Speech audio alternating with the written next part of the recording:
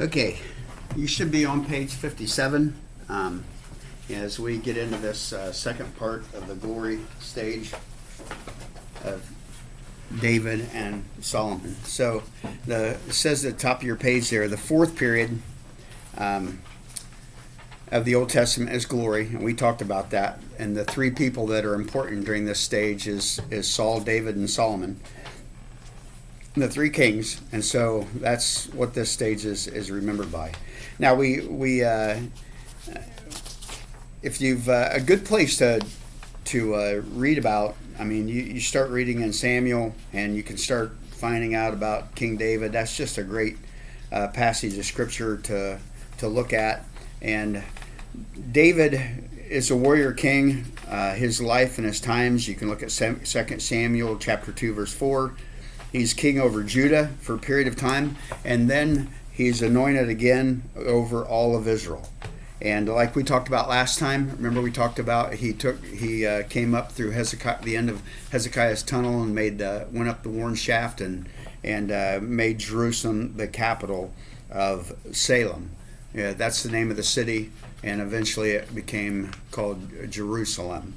So, and he wanted to build a temple. We talked a little bit about that last time. But he was a warrior king. He wanted to build a temple, but God said, no, you were not the one to build the temple. That Solomon would be doing that. Well, we come to this in your page there. It says the fall of David, and that's what we want to talk about here for a few minutes as we talk about King David and some of the difficulties he went through in his life. He was a man that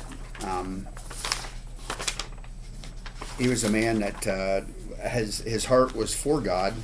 Even God said that, but he was also a man who fell into sin.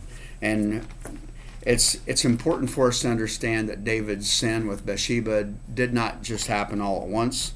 It was kind of progressive. And this is his fall into sin, his affair with Bathsheba, and as you know, he murdered her husband Uriah. He tried his best to get Uriah to go home and sleep with his wife, and he thought then that Uriah would think that it was his child being born, but Uriah would not do that. And so, but about his fall into sin here, David's fall into this sin, it's a terrible sin, but it followed certain steps. And the first step that happened was he was idle. That's number one. He was idle. It wasn't something that happened just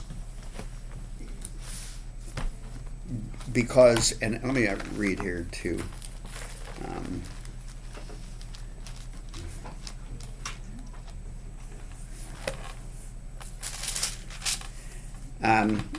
And you might want to make a note of this along where it says he was idle, and that comes from 2 Samuel 11, verse 1. It says, in the spring, at the time when kings go off to war, David sent Joab out with the king's men and the whole Israelite army. So he should have been out to war. I mean, that was his job as a king, and kings did that. David wasn't doing that. He stayed home. He sent Joab out, and Joab was a very good warrior, a very good leader, and he was quite capable. It says at the end of verse 1, it says they destroyed the Ammonites and besieged Rabbah, but David remained in Jerusalem. So when you're idle, you get in trouble, right? Anybody had experiences with that they want to share? Or you've just heard of it, right? Yeah, people do tend to get idle. I mean, I think you realize that even with your kids, you know, that if they've got nothing to do, sometimes they get in trouble. And so David should have been out to battle. I mean, that's what he should have been. He should have been leading his men. And the thing of it is, all of his life prior to this, that's what he did. I mean, he was a fugitive for 10 years, remember? And he was leading his men, you know, and then he became king over to Jerusalem for a period of time, and then all of Israel. But he should have been out with his men, but he was not doing that. I mean, he was definitely the greatest warrior king. He was a good leader, but in this sense, he should have been with his men and not back at the palace. Well, number two, the second step is he looked. He looked. David's problem was not just that he saw Bathsheba, but he looked with intent to lust after her. And they have recovered part of David's house, they believe, in Israel. We were just there in that place last year. Chrissy and I stood there, and we had a teaching right there in that spot. And it's right on the hill. And as you saw in the valleys in that little video there, the valleys aren't very big. But the way the Israelites build their houses, there's just one house on top of another all the way down the hill and all the way back up the other side. And it's when you're up high like that, you look down, you see. I mean, I've seen multiple people in the roofs before. They don't have roofs like we do. They have concrete roofs, which is really smart actually, because and there's other countries that do that too. Haiti does that. Haiti has concrete roofs everywhere. And then sometimes they'll just build another story on top of it. But in Israel like that, a lot of times the roof has walls on it too, and then they'll store stuff up there, or take stuff up to dry or whatever. And so because it's a pretty dry climate and they don't get a lot of rain, and typically they don't get much cold. Israel is not an area that gets cold at all. I mean, plumbing is on the outside of the buildings. The water pipes run up the outside of the wall.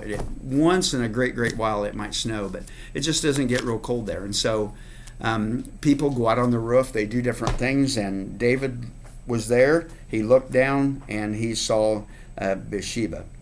Well, the third step was sin. He took her and he had sex with her, and this is part of who David was. He was a man that was a sinner like all other men. He was a man who had problems like all other men, and certainly at this particular time, he was a man of. He was a man who had difficulties. He was a man who, in his life, would fail different times. But he was a man that would, like I said a few moments ago, he had a heart after God, but he was still a sinner, and he let this situation come up in his life. And I think there's some really important steps to this as he did. The fourth thing he did was then he deceived. He deceived. And he wasn't a man that I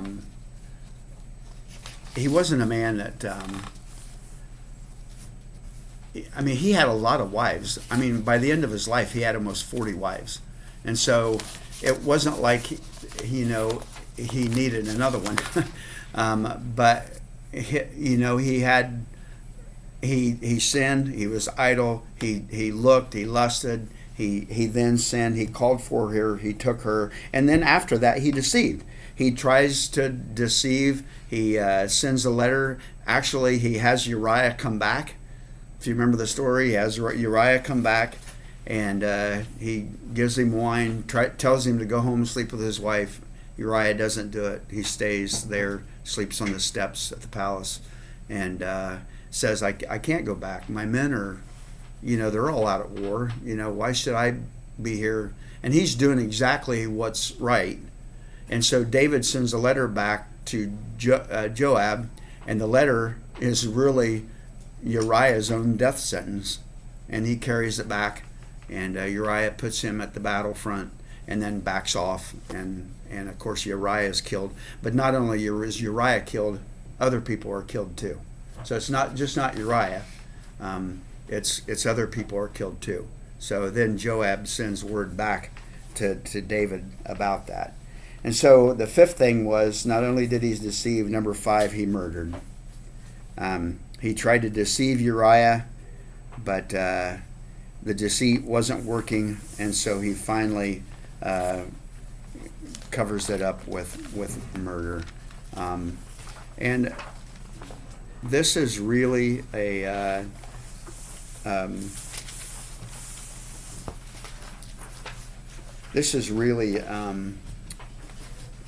the way it works when and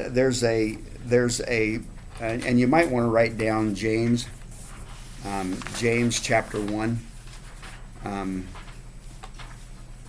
James chapter 1, it says in verse 13 of chapter 1 of James, when tempted, no one should say, God is tempting me, for God cannot be tempted by evil, nor does he tempt. But each one is tempted when, by his own evil desire, he is dragged away and enticed. Then after desire has conceived, it gives birth to sin, and when it is full grown, gives birth to death.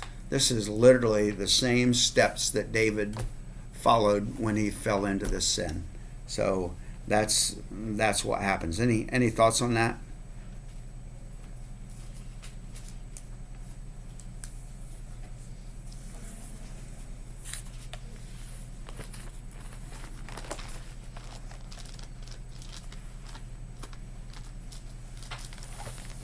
Nothing? Okay, page 58. Nathan the prophet. You gotta give Nathan some credit. He has a lot of courage to stand up against King David. Did all of you get this read? Because this was the last chapter in the first section. Would somebody read? Let's read.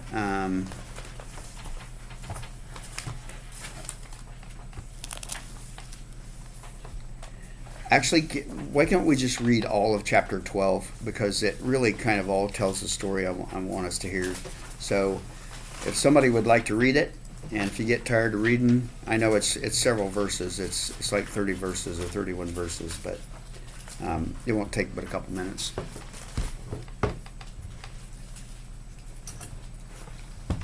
Second Samuel chapter 12. Okay. And the Lord sent Nathanael to David. He came to him and said to him, there were two men in a certain city, the one rich and the other poor. The rich man had many flocks and herds, but the poor man had nothing but one little ewe lamb, which he had bought. He brought it up and grew up with him and with his children. It used to eat his meager fare and drink from his cup and lie in his bosom, and it was like a daughter to him. Now there came a traveler to the rich man, and he was loath to take one of his own flock or herd to prepare for the wayfarer who had come to him. But he took the poor man's lamb and prepared that for the guest who had come to him. Then David's anger was greatly kindled against the man. He said to Nathan, as the Lord lives, the man who has done this deserves to die. He shall restore the lamb fourfold because he did this thing, and because he had no pity. Nathan said to David, you are the man. Thus says the Lord, the God of Israel, I anointed you king over Israel. I rescued you from the hand of Saul. I gave you your master's house, your master's wives into your bosom, and gave you the house of Israel and of Judah. And if that had been too little, I would have added as much more. Why have you despised the word of the Lord? To what is the evil? To do what is evil in his sight. You have struck down Uriah the Hittite with the sword, and have taken his wife to be your wife, and have killed him with the sword of the Ammonites. Now, therefore, now the sword shall never depart from your house, for you have despised me, and have taken the wife of Uriah the Hittite to be your wife. Thus says the Lord, I will raise up trouble against you from within your house, and I will take your wives before your eyes and give them to your neighbor, and he shall lie with your wives in the sight of this very sun. For you did it secretly, but I will do this thing before all Israel and before the sun. David said to Nathan, I have sinned against the Lord. Nathan said to David, now the Lord has put away your sin. You shall not die. Nevertheless, because by the deed you have utterly scorned the Lord, the child that is born to you shall die. Then Nathan went to his house. The Lord struck the child that Uriah's wife bore to David, and it became very ill. David therefore pleaded with God for the child. David fasted and went in and lay all night on the ground. The elders of his house stood beside him, urging him to rise from the ground, but he would not, nor did he eat with them. On the seventh day the child died, and the servants of David were afraid to tell him that the child was dead. For they said, while the child was still alive, we spoke to him, and he did not listen to us. How then can we tell him the child is dead? He may do himself some harm. But when David saw that his servants were whispering together, he perceived that the child was dead. And David said to his servants, is the child dead? They said, he is dead. Then David rose from the ground, washed, anointed himself, and changed his clothes. He went into the house of the Lord and worshipped. He then went to his own house, and when he asked, they set food before him, and he ate. Then his servant said to him, what is this thing you have done? You fasted and wept for your child while it was alive, but when the child died, you rose and ate food. He said, while the child is still alive, I fasted and wept, for I said, who knows? The Lord may be gracious to me, and the child may live. But now is dead. Why should I fast? Can I bring him back? I shall go to him, but he will not return to me. Then David consoled his wife Bathsheba, and went to her and lay with her, and she bore a son, and he named him Solomon. The Lord loved him and sent a message by prophet Nathan. So he named him Jedediah because of the Lord. So Solomon was named Jedediah? What did I miss there? The Lord loved him and sent a message by the prophet Nathan. So he named him Jedediah. Well, Jedediah means one loved by the Lord. So he named Solomon Jedediah? I guess. So his name was Solomon. Solomon is what we know him by. Yeah. Okay. Now Joab fought against Rahab of the Amorites and took the royal city. Joab sent messengers to David, and he said, I have fought against Rabbah, I guess that is. Rabbah, whatever. Yeah, Rabbah. Rabbah. Moreover, I have taken the water city. Now then, gather the rest of the people together and encamp against the city and take it. Or I myself will take the city, and it will be called by my name. So David gathered all the people together and went to Rabbah and fought against it and took it. He took the crown of Milcom from his head. The weight of it was a talent of gold, and in it was precious stone, and it was placed on David's head. He also brought forth the spoil of the city, very great amount. He brought out the people who were in it, and set them to work with saws and iron picks and iron axes, or sent them to the brickworks. Thus he did to all the cities of the Amorites. Then David and all the people returned to Jerusalem. Okay, thank you. Mm-hmm. So what stands out to you in that? Anything jump out at you?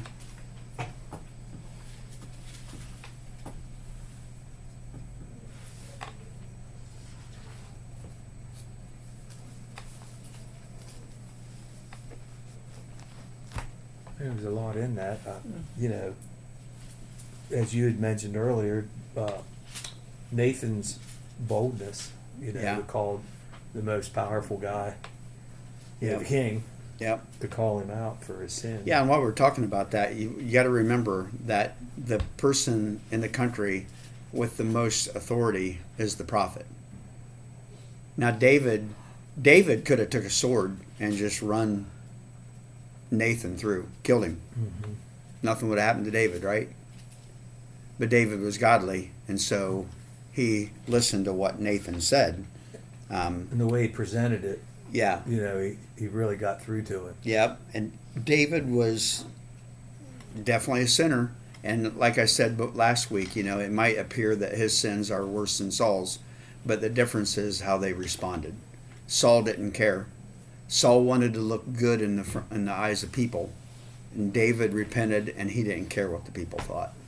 He humbled himself, and it's a big difference. A lot of people will respond to God that way. If they get caught or something happens, they're sorry for a short period of time, but maybe not really too sorry, And David was a man who was very, very sorrowful. I mean, he repented of his sins. He wanted to live a godly life. But the whole thing is the fact that he had the power to kill Nathan, but he didn't. I know I don't know how it is here, but I know in the state of Indiana, the sheriff has complete power in the counties, and there's only one person in the entire county that can arrest the sheriff. Only one. Have any idea who that is? Just a fun fact. It's the coroner. The coroner is the only single person that can arrest the sheriff. I wouldn't have guessed that. Yep. Really? Yep.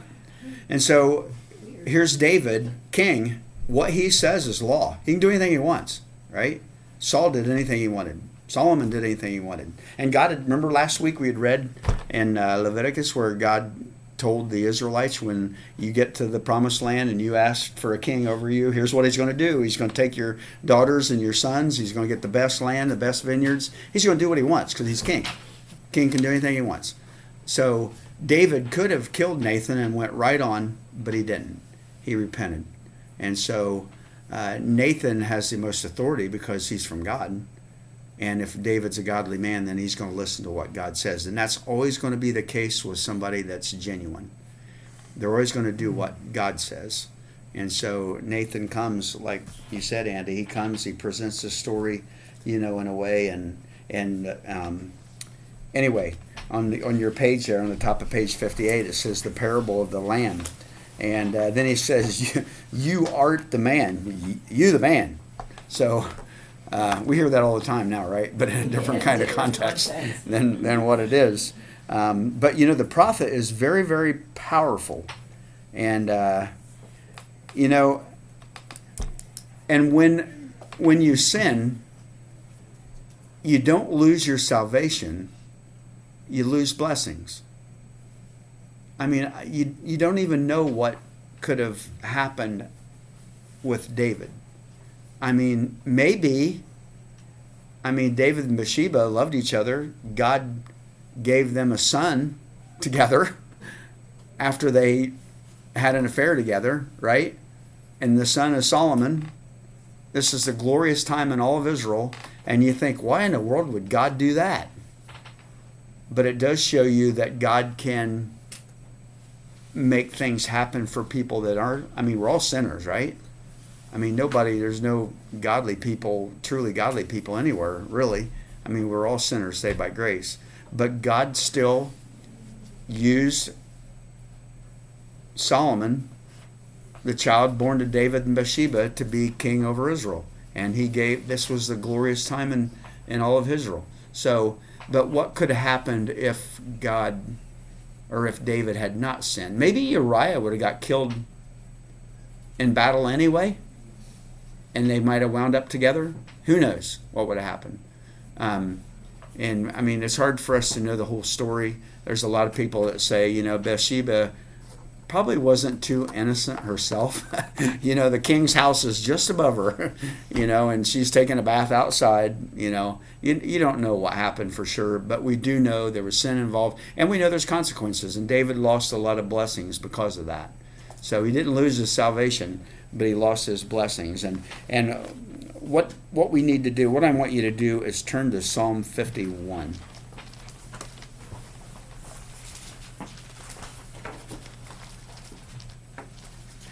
Can I ask a question?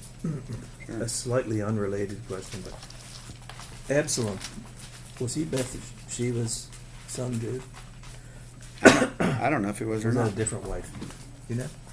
I was trying to recall that. But anyway. Psalm 51. Yep. If you read the very beginning of it, it says, "For the director of music, a psalm of David, when the prophet Nathan came to him after David had committed adultery with Bathsheba."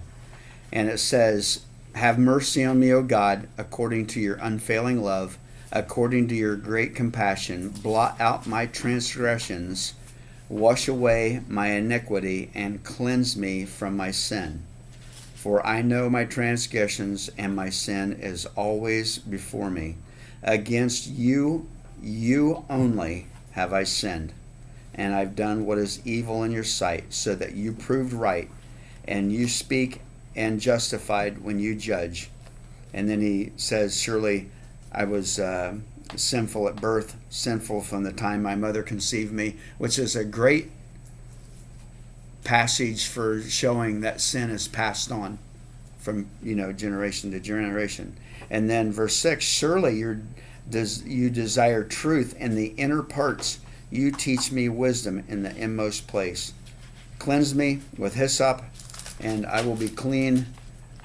Wash me, and I'll be whiter than snow." See, he had a lot of confidence in what God would do in restoring him, back to a right relationship. He understood that. He said, "Let me hear joy and gladness. Let the bones you have crushed rejoice. Hide your face from my sin and blot out my iniquity." And then verse 10 is probably one of the most well-known Old Testament passages. "Create in me a pure heart, O God, and renew a steadfast spirit within me." I mean, he had a heart that said, "God, create in me." He knows he can't do it himself. He knows that he needs God, but he's crying out to God and saying, "God, do this for me. Do not cast me from your presence or take your Holy Spirit from me." Now look what he says in verse 12. "Restore to me the joy of your salvation." He doesn't say, "Restore to me my salvation." You don't lose your salvation when you sin. You lose your joy. Joy is what is broken, because he already said, "My sin is always before me." And he says, "And grant me a willing spirit to sustain me." And then on down, another very powerful passage is verse 17. Says, "The sacrifices of God are a broken spirit, a broken and contrite heart. O God, you will not despise."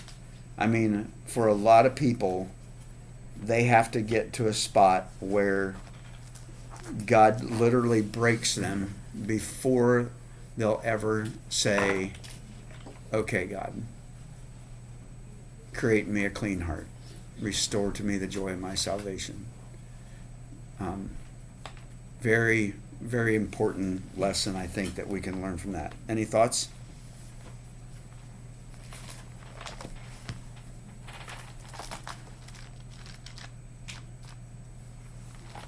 Okay, back to 2 Samuel. Anything else that sticks out in your mind from What chapter exactly 12? is hyssop? It's a branch Okay, that's what I that has it's got like I'm looking for the right word. From the Cleansing. plant you can use it, I guess, to wash or something. I don't know what that, fragrant. I don't know if it's fragrant, but I know that's what the Israelites dipped in blood and put on their Yeah. doorposts.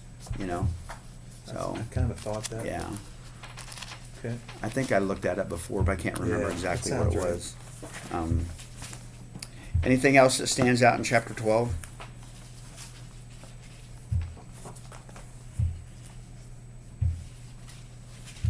I think one of the things that stands out to me is that after he got up, he washed, he put on clothes, changed his clothes. The first thing he did was he went to the Lord's house and he worshiped. And that's what he did. He worshiped.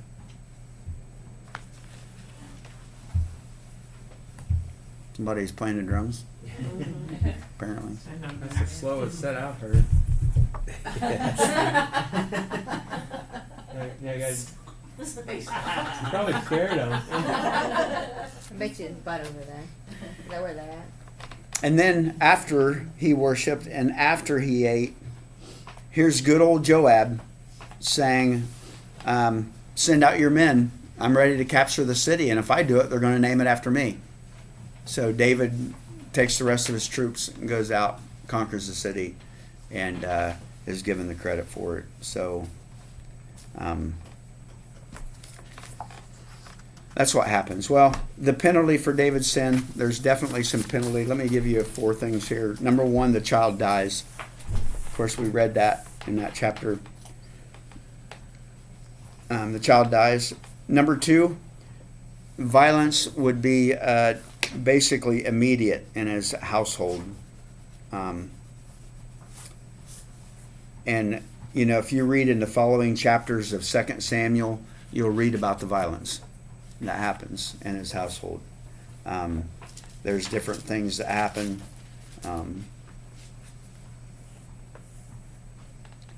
Tamar is raped, and I mean, it's just, he has trouble with Absalom.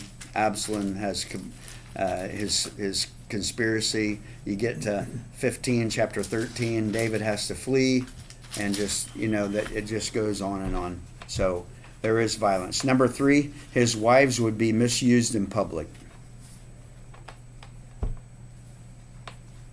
And they were. And then number 4, the sword would never leave David's line. He always had to deal with this. There was always some kind of problem, some kind of fighting, some kind of death. And so Can you say that again? the sword would never leave David's line.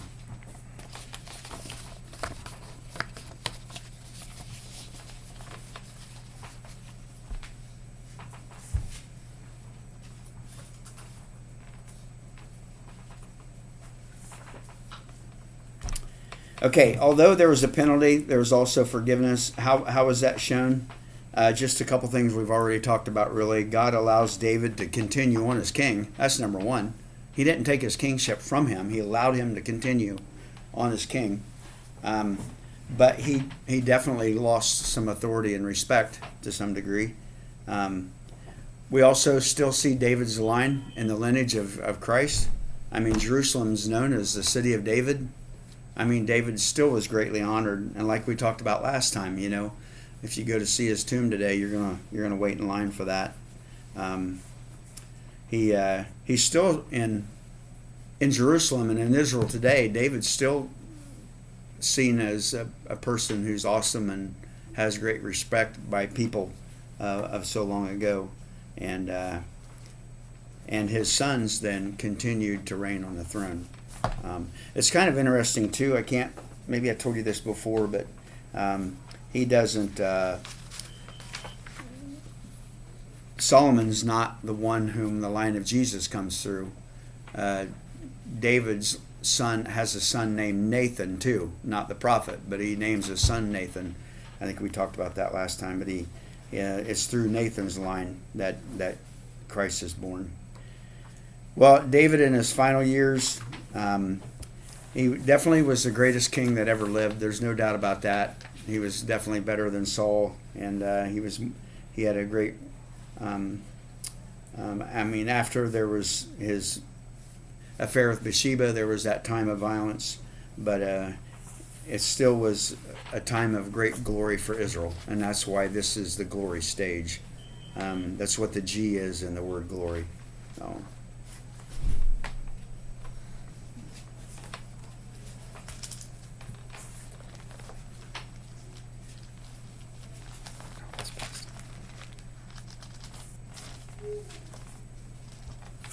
Any thoughts so far?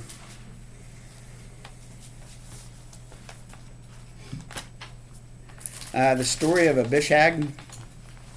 Um,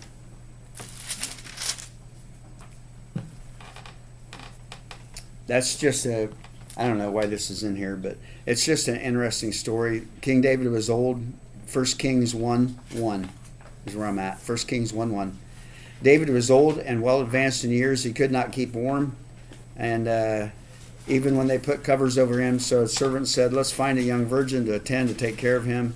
She can lay beside him and keep the king warm. So they searched Israel, found a beautiful young girl, and found Abishag. You would have thought she'd had a different name than a hag, right? But Abishag. And anyway, she was very beautiful. She took care of the king, waited on him, but the king didn't have any intimate relations with her. She was just a heating pad, I guess. Yeah. So she kept him warm. David's heir. Would somebody read that at the bottom of the page? Brothers, I can tell you confidently that the patriarch David died and was buried, and his tomb is here to this day. But he was a prophet and knew that God had promised him on oath that he would place one of his descendants on his throne. Seeing what was ahead, he spoke of the resurrection of the Christ, that he was not abandoned to the grave, nor did his body see decay. All right. Of course, that's a prophecy for Christ, but okay. Page 59. Solomon. Let's talk about him for a few minutes. Solomon's a very interesting person. Let me give you the blank there. Number 1, Solomon is anointed as king, and that's 1 Kings 1. He's anointed as king. That begins in verse 28 of chapter 1. Number 2, David gives Solomon a charge. A very interesting charge, and that is in chapter 2. As David knew to die, he gave Solomon a charge to his son. He said, I'm about to go the way of the earth, but be strong, show yourself a man, and observe what the Lord your God requires. Walk in his ways, keep his decrees and commands, his laws and requirements as written in the law of Moses, so that you may prosper in all that you do and wherever you go. And that God may keep his promise to me, which says, if your descendants will walk and follow you, as long as they follow with all of their heart. So he charges him, a very good thing to do. Number 3, Solomon asks for wisdom. This is in 1 Kings chapter 3, where Solomon asks for wisdom. And he does have great wisdom. And so now the kingdom of Solomon is, he's definitely the king, very powerful king. Would somebody read those verses there under Solomon's great wisdom? When all Israel heard the verdict the king had given, they held the king in awe, because they saw that he had wisdom from God to administer justice. God gave Solomon wisdom and very great insight, and a breadth of understanding as measureless as the sand of the seashore. Solomon's wisdom was greater than the wisdom of all men of the east, and greater than all wisdom of Egypt. Okay. You ever pray for wisdom? You should. Because God can give it to you. I mean, God knows everything, right? I mean, I do it all the time. I ask God where stuff's at all the time as I get older. And I am not kidding you. It is just remarkable how many times he shows me where I don't even have to remember anymore. I just say, God, you know where this is at. Where's it at? And anyway, ask God for wisdom. He'll give you wisdom if you ask. I mean, he wants to, he wants to give stuff to his children, and he wants you to be wise.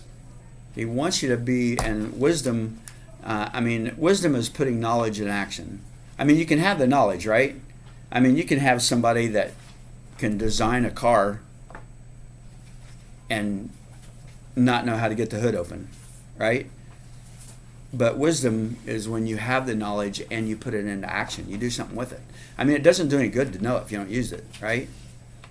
At all. So wisdom is using that knowledge, and pray for wisdom. Certainly we see through Solomon that God is the one who gives wisdom. And so, I mean, constantly make that a prayer in your life that God would give you wisdom. Well, Solomon wrote 3 books. Number 1 is the Song of Songs. And what you can write down there is this was written in Solomon's youth when he was younger. And when we get to poetry, we'll be looking at that.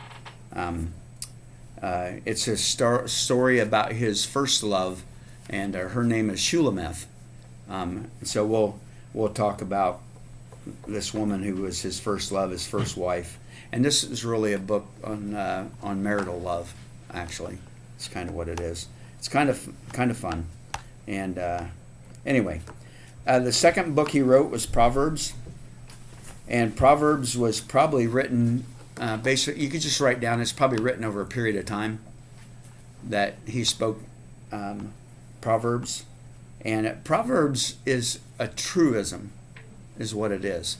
And once we get to poetry, you'll understand more about that.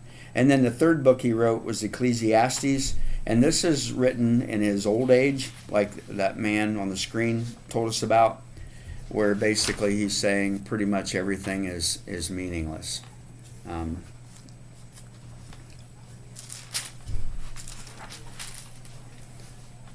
Okay, page 60. The building of the temple. So, what you can write down there was David was a man of blood, but Solomon was a man of peace. And God wanted the temple built during Solomon's reign because Solomon was a man of peace. David was a man of bloodshed. And so Solomon had the joy of building the temple, the very first permanent temple. Moses built the tabernacle, which was used for hundreds of years. I mean, I think it was at Shiloh on the mountain for 300 and some years in Shiloh. And I've been to that spot before, and they feel like they know right where it was setting there. And so it's kind of interesting to see that place. But Solomon was a man who got to build the temple. And the story of the temple is in 1 Kings chapter 6. And you read that section of scripture, and you really begin to understand what he went through to build that. God still is calling him to carry out his decrees, but I mean, he made that temple out of the finest stuff, finest wood, gold, silver. I mean, everything was very, very expensive. I mean, it says, let me find it here, verse 20 of chapter 6, he overlaid the inside with pure gold. He covered the inside of the temple with pure gold. I mean, he used gold everywhere.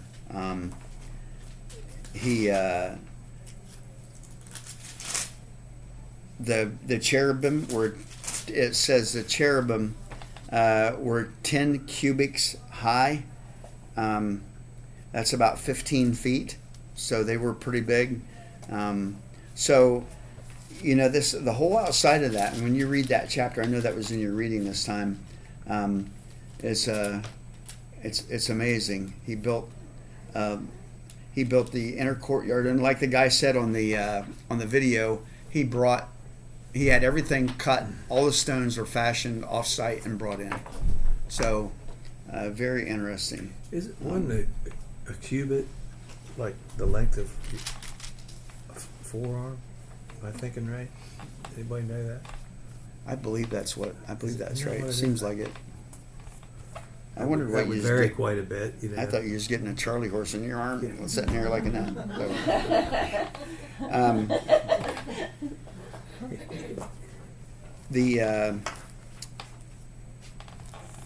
In my book here, it talks about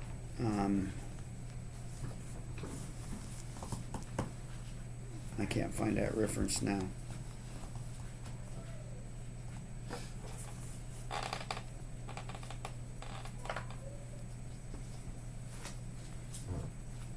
Yeah, I don't know. Anyway, that's a very interesting chapter as it talks about what he did. And then when you get to chapter 7, he talks about how he builds his own palace. So he spent a long time building a palace for himself. So his foolishness is he was a man who had all of this wisdom, but he was also very foolish. 30 on your page there, it says meaningless, meaningless. He used that word 35 times in Ecclesiastes. And you might wonder, what's meaningless? What's meaningless? Well, there are a lot of things in life that are meaningless. Pretty much everything, actually. I mean, you think about, whatever you do for whatever lasts into eternity is important. Pretty much everything else is meaningless, And if that never crosses your mind, it should. When you're working on something at home, or you're building a room on your house, or you're buying a car or whatever, all of that stuff is not going to amount to anything. I mean, it's all gone, right? You come into the life with nothing, and you go out of life with nothing. You never see a hearse pulling a U-Haul. I mean, it's you die, you don't take anything with you. So everything, in that sense, a lot of things meaningless. But Solomon had a way of saying a lot of things were meaningless. And at the end of his life, he went astray. He had a lot of wives who brought in worship of foreign gods and that sort of thing. And so his death can be found in 1 Kings 11, verses 41 to 43. It talks about his death.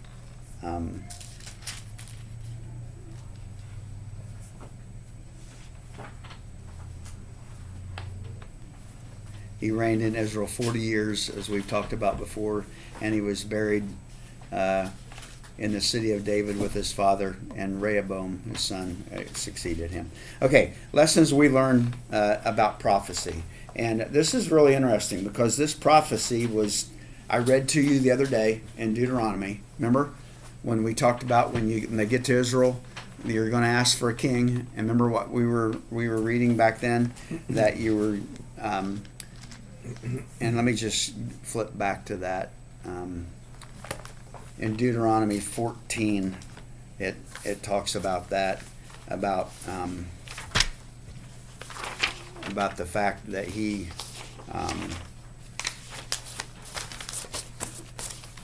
so the first blank, you got 6 boxes there, right? Under Deuteronomy 14 to 17, the first box, write too many horses. Too many horses. And I read to you a passage out of Leviticus before, but he says there that you're not to have too many horses. Let me find that other. They have too many horses. Yeah. Is that a metaphor? Oh, no. 2 Chronicles 9. Would somebody read that? 2 Chronicles 9, 25 to 28. That's the fulfillment that you put in the box on the right-hand side. 2 Chronicles 9, 25 to 28.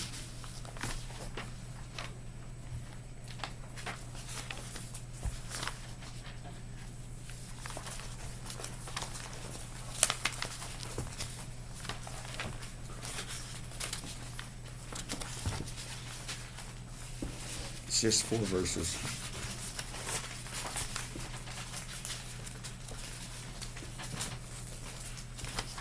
And Solomon had 4,000 stalls for horses and chariots, and 12,000 horsemen, whom he stationed in the chariot cities, and with the king in Jerusalem.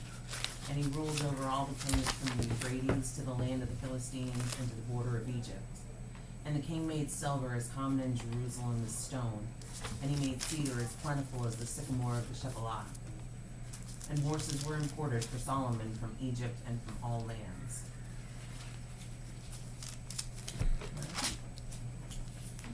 Okay, thank you.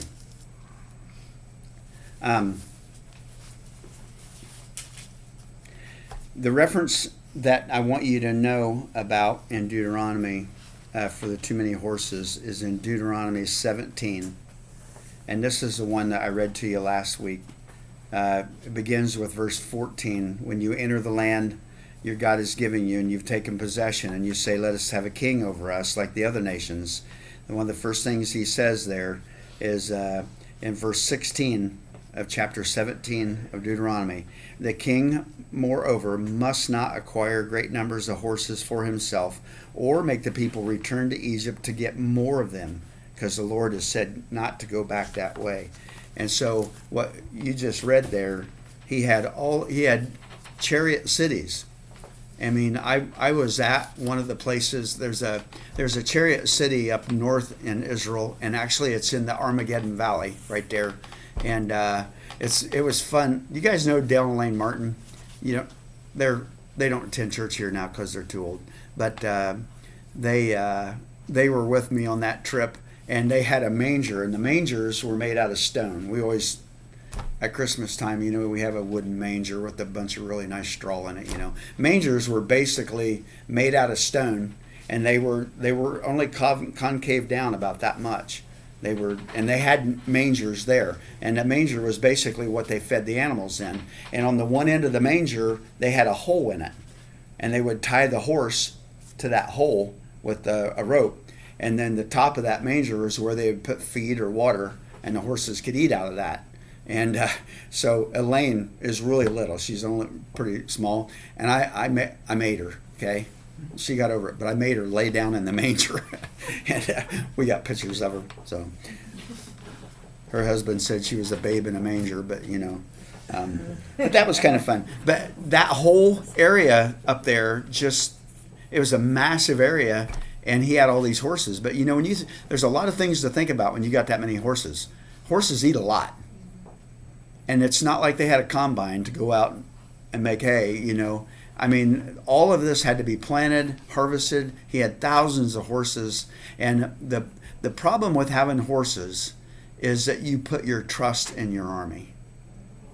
Because in that day and age, the horse was the only powerful weapon.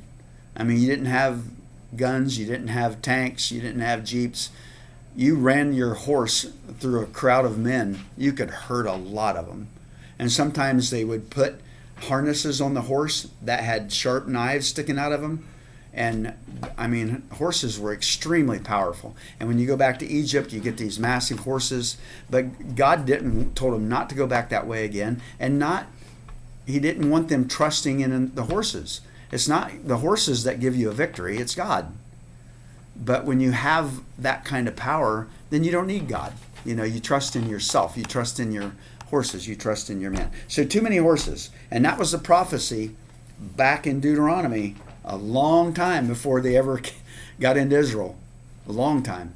And God's saying, don't do it. What Solomon did, he sent people back to Egypt to get horses. And he had thousands. The second thing was too many wives. That's the second box down on the left-hand side. Too many wives. And the fulfillment of that is a couple different places. One is the prophecy comes from Deuteronomy 17, verse 17. He must not take many wives or his heart will be led astray. And the fulfillment is 1 Kings 11:3. In 1 Kings 11:3, it says, you must not intermarry with them because they will surely turn your hearts after other gods. Nevertheless, Solomon held fast to them in love. He had 700 wives of royal birth. This is what the guy on the video was talking about. He would make alliances with other nations. 700 wives of royal birth, 300 concubines, and his wives led him astray. Wow. I can't keep track of my wife's one I was gonna birthday. say, how could he remember them all? Yeah. Well, when it says too many, how many is too many back then? I mean, were they allowed Inquiring minds want to know. It says, I can say what I want. My wife's not here. You better be careful. more than one's too many. Okay. But these are wives from other nations that they grew up serving other gods, right? Yeah. And they come in, and Solomon don't hold fast to the true God, and they lead him astray. And so he's disobeying a direct prophecy and disobeying what God says, and they lead him astray. The king goes astray, so does the nation, right? So does the nation. So the third thing is too many riches. So he's trusting in his army. He's worshiping false gods, and now he's got too many riches. What do riches do to you? They make you corrupt, don't they? Even Jesus said it's hard for a rich man to get in the kingdom of heaven. I mean, they make you corrupt. And in the prophecy, it comes from Deuteronomy 17 again, which verse 17 says, he must not accumulate large amounts of silver and gold. He must not. And the fulfillment is 1 Kings 10:22. 1 Kings 10:22. There's a couple other places too. In 1 Kings 10:14, it says, the weight of gold that Solomon received yearly was 666 talents. And a talent, that amount is about 25 tons. That's what he got yearly. Where'd they get all that gold? That's a lot of gold. That's crazy. But that says not including revenues from merchants and traders and from all the Arabian kings and the governors of the land. He made shields out of it, of gold. I mean, he had lots and lots of gold. He had 1,400 chariots, as she read earlier, 1,400 chariots, 12,000 horses, and just, he had just too many riches. So 1 Kings 10:22, and then also 2 Chronicles 9:13 tells us a little bit about that. 2 Chronicles 9:13 talks about the 66 talents and all the things he had made there too. They're very much parallel passages, but he had a lot more than that too, you guys. I mean, you can go down and read the rest of that in 2 Chronicles 9. It said that the articles, the goblets in the house were gold. All the household articles in the palace was made from the forest of Lebanon, were pure gold. Nothing was made of silver because it was considered of little value. The king had a fleet of trading ships. Every 3 years they returned carrying gold, silver, ivory, apes, baboons. I mean, he just had a huge amount of wealth. So what's the lesson to learn for today? The blank on your page is Saul was known for his humility, but failed God because of his pride. We talked about that when we were talking about Saul, right? He was known for humility, but he failed God because of his pride. David was known for his pure heart, but he failed God because of impurity. Solomon was known for his wisdom, but he failed God because of his foolishness. So what's the lesson? Protect yourselves in areas where you think you're strong. Because typically when you think you're strong in a certain area, that's where you put down your defense. you don't think you have to monitor that area in your life. And a lot of times that's where Satan will sneak in the back door. So, any thoughts?